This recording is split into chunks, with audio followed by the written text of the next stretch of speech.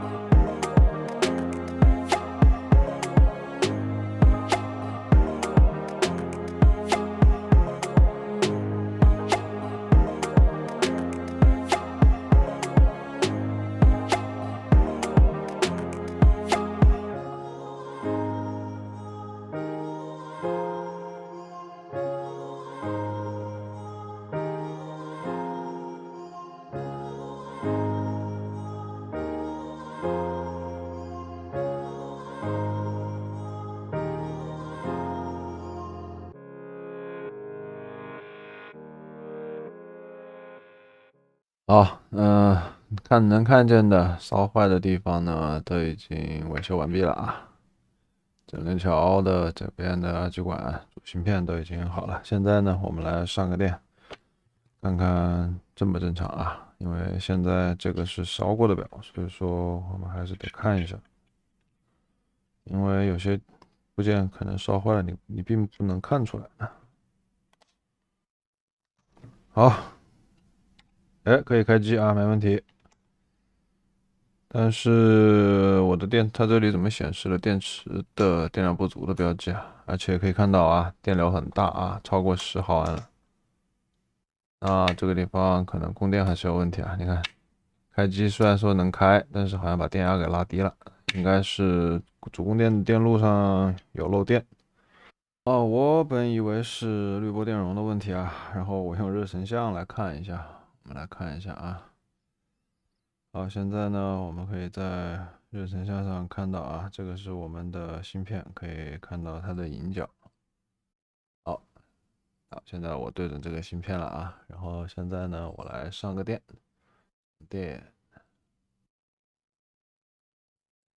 好，现在有17毫安的电流啊，然后我们可以看到这个芯片的中间居然开始发热了，叹为观止啊！不知道是什么原因，可能是这个芯片的问题，也不知道是什么问题。反正现在这个芯片的中间，就是它的那个芯片所在的位置正在发热啊。哦，经过检测呢，两个保护电路的管子都已经穿了啊，拆下来。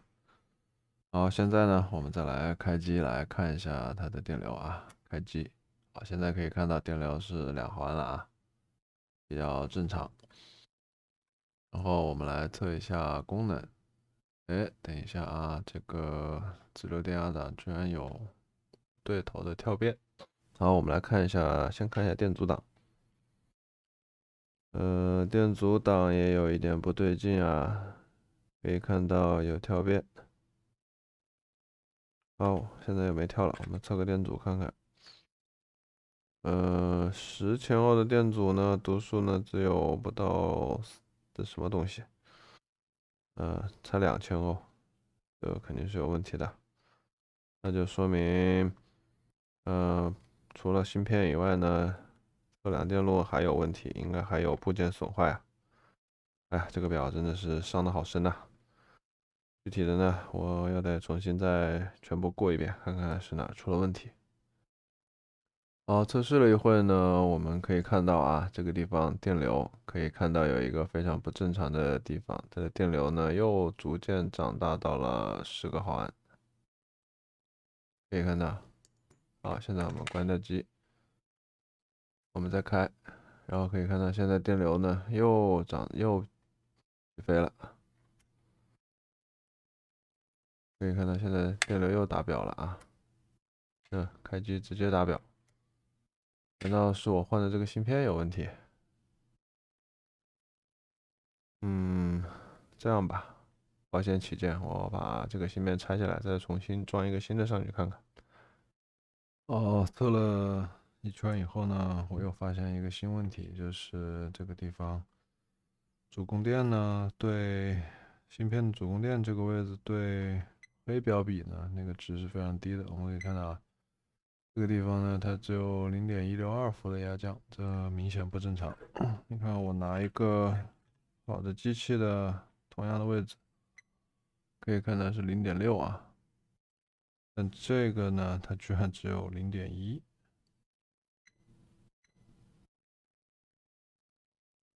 伏的压降，这明显不正常啊！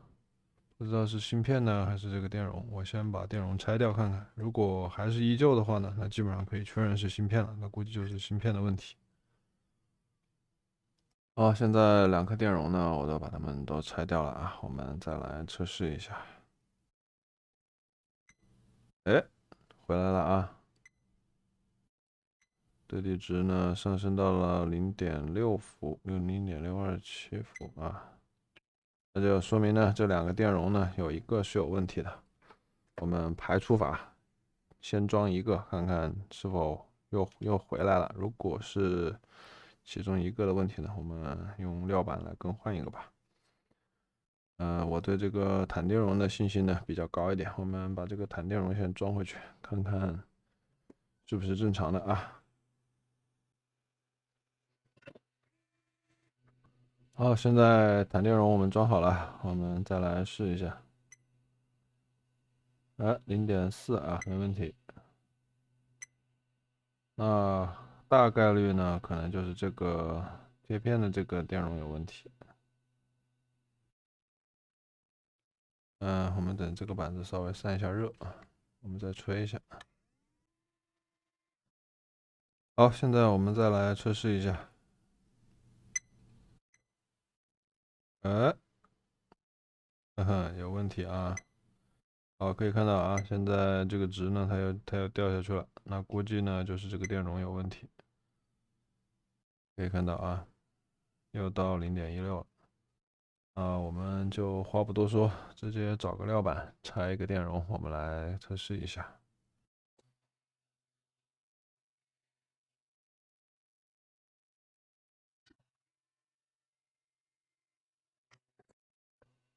好，电容呢现在更换完了，我们再来测试一下。好，这是 OK 了啊。好，现在呢这个对离值呢就正常了，我们再把机器装起来再看一下。机器我大概搭了一下，我们来看一下这次的电流是不是恢复正常了啊？开机。